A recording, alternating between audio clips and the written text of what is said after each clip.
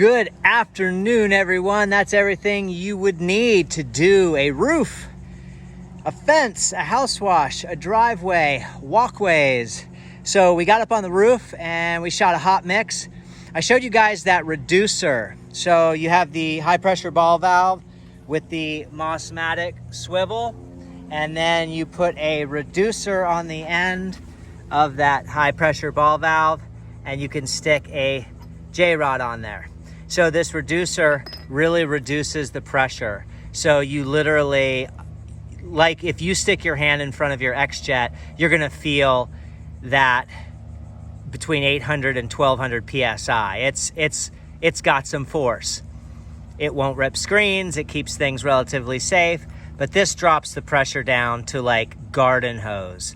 I mean, it is the greatest rinse tool in the world. There's multiple tips, straight shooter, so you can get up and, you know, clean stuff off of the flashing or the chimney, which is this right here. And then there's a couple of different cleaning tips here, but they're basically all rinse tips. So you hook that reducer up to that high pressure ball valve there, and you have basically an entire soft washing system. That way you're not taking limestone granules off of any shingles. This will work, but I don't recommend any high pressure up on a roof whatsoever. So if you lay your soap up there and then let that dwell, then put your reducer together, attach this to the high pressure ball valve, and attach your J-rod on there with the different types of rinse tips, you have an absolute low pressure rinse to save those shingles. So those are some of the tools that I used today. 36-inch lance in the background, got a 36-inch gun. That I hooked the turbo tip to do some paver work and some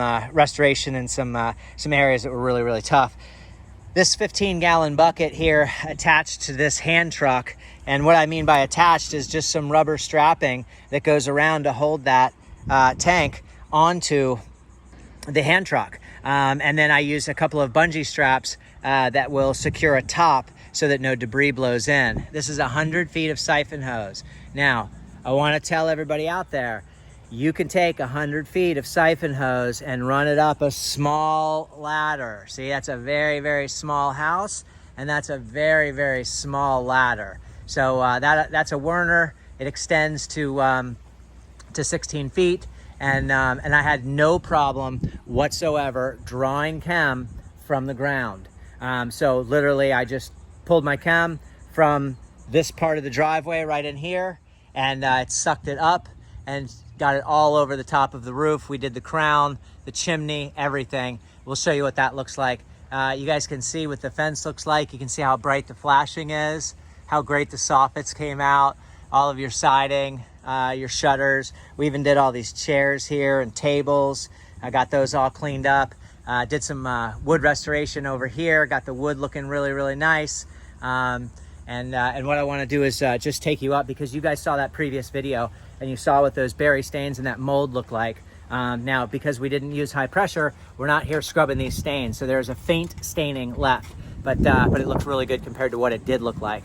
So we'll take a quick look. So what I want to show you is this cap that goes on the crown here. That's all bright white now. Chimney we took care of, made sure to rinse the flashing. You can see how gorgeous the shingles look. And then here is the roof. You can still see some staining in here. If we applied high pressure, we could dig those stains up. This is an old roof. You do not want to compromise the integrity. So you lay your solution on there and you do a very, very light rinse. If you would like to post-treat and leave solution up there, again, you can. I don't, because it's not necessary. Does it look fantastic? No, it certainly doesn't look perfect, but compared to what it did look like, it's night and day. And the most important part, visual is one thing, and that I'm a huge believer in visual, but I'm also a big must do is to kill that organic matter. So that's what we did in this case. These are berry stains that you have in through here, and you also have you had some mildew that was built up over there. So you also have areas where you're losing limestone granule. So this is all just limestone granule, and you don't want to be using any pressure on that whatsoever. So once again, I had no problem at all bringing that soap up with a tip. I mean, with a 100 foot of 3/8 siphon hose. Here's what this little area is that is used for dumpster receptacle. And I took a shovel and I dug a small trench behind there, and that way we could have some water flow to the back, because the water was just building up back here. So I dug this area out here, and that way my water will run off. And also when they park their trash can right there, they're not going to have that puddle up area. You can see all the joints and seams are nicely cleaned. We haven't done any rinsing back here yet, but I'll show you what the back looks like. You can really tell how we've cleaned in between each of these pavers. Here's a little mess right here. We need to get that cleaned up. We brightened the fence up, but we did not use any pressure back here, because you can see a lot of these boards are just busted and broken, and you can actually cause a whole lot more damage with broken boards. So this is all nice and clean through here, which is very, very important, because it was just full of weeds and debris. You can see how these boards, there's multiple boards that just are, you know, need to be fixed. So we'll have to work on that. But you can see how beautiful this looks back through here. And then we'll take a look at this area here. This was a real troubled spot where this whole entire patio was just overgrown. I mean, you couldn't even see this entire line right here. It was so grown over with weeds and grass. So what I did was I cut it all back with a shovel. I cut that all back. I removed all of that grass and debris, and I cleaned in between all of these. I also dug a small trench right here leading out to here, because this is a major puddle area right in through here. So, you know, we did a little bit of fence touch up. We cleaned a dog house. We cleaned a chimney up top there. We cleaned everything in between. I'll try to step back. I don't want to get too much mud on my feet, because I'm still in the process of getting things cleaned up. But I just wanted you guys to see what we used and how we used it.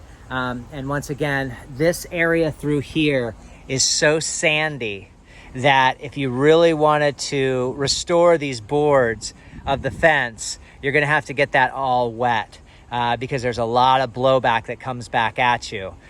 So you can use a soft tip and just clean the green, or however you want to go about it. Proper wood restoration, you'd have a much different look. I didn't spend any time. That's not part of the deal. I just brightened this up to make it look a little bit more attractive. You can see there's growth over there, things like that. But we did do the patio furniture. We made the patio furniture look really nice. This is sort of a makeshift fireplace, or a do-it-yourselfer. Just put a bunch of concrete together and build a fireplace type deal, and we made that nice and pretty for them as well. So if you look right here, you can kind of see what it would look like if we were to do a full wood restoration.